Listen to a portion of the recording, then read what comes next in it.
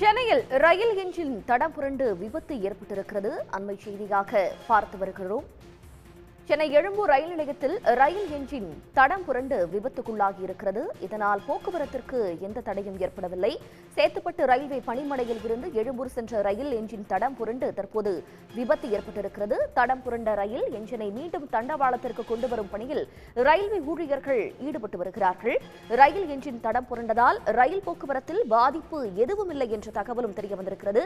மேலதிக விவரங்களோடு இணைகிறார் செய்தியாளர் செந்தில். செந்தில், எப்படி இந்த விபத்து நிகழ்ந்தது? தற்போது அங்கே நடைபெற்றுக் கொண்டிருப்பது என்ன விவரங்கள்? சென்னை சேத்துப்பட்டு ரயில்வே பணிமனையில் இருந்து எழும்பூர் ரயில் நிலைய நடைமேடை நோக்கி சென்று கொண்டிருந்த ரயில் என்ஜின் 2 சக்கரங்கள் தடம் புரண்டிருக்கின்றன. தற்போது அவற்றை மீண்டும் தண்டவாளத்துக்கு கொண்டு வரும் பணியில் ரயில்வே ஊழியர்கள் ஈடுபட்டு வருகின்றனர். அதாவது பாண்டிச்சேரி செல்லக்கூடிய ரயில் பெட்டிகளை இழுத்துச் செல்லக்கூடிய ரயில் என்ஜினானது சேத்துப்பட்டு ரயில் நிலையத்திலிருந்து ரயில்வே பணிமனையிலிருந்து அதாவது இன்று 11:30 மணிக்கு எழும்பூர் ரயில் நிலையம் நோக்கி சென்று கொண்டிருந்தது. அதாவது நடைமேடை 1 நோக்கி சென்று கொண்டிருந்தது. பாண்டிச்சேரி செல்லக்கூடிய ரயில் பெட்டிகளை இழுத்து செல்லக்கூடிய இந்த ரயில் என்ஜினானது சென்று கொண்டிருந்தது.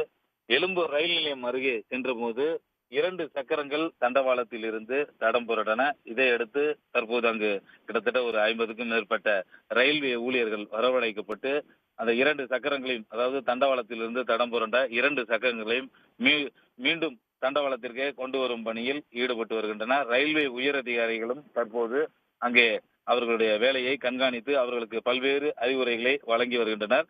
இந்த ரயில் என்ஜின் தடம் புரண்டதால் போக்குவரத்தில் எந்த பாதிப்பும் இல்லை என ரயில்வே நிர்வாகம் தெரிவித்துள்ளது. இன்னும் ஒரு அரை மணி நேரத்துக்குள் இந்த என்ஜினானது மீண்டும் தண்டவாளத்துக்கே கொண்டு வரப்படும் எனவும் ரயில்வே நிர்வாகம் தரப்பில் தற்போது தெரிவிக்கப்பட்டிருக்கிறது. விரிவான விவரங்களுக்கு நன்றி செந்தில். உடனுக்குடன் செய்திகளை தெரிந்து கொள்ள சன் நியூஸ் பெல் ஐகானை கிளிக் பண்ணுங்க.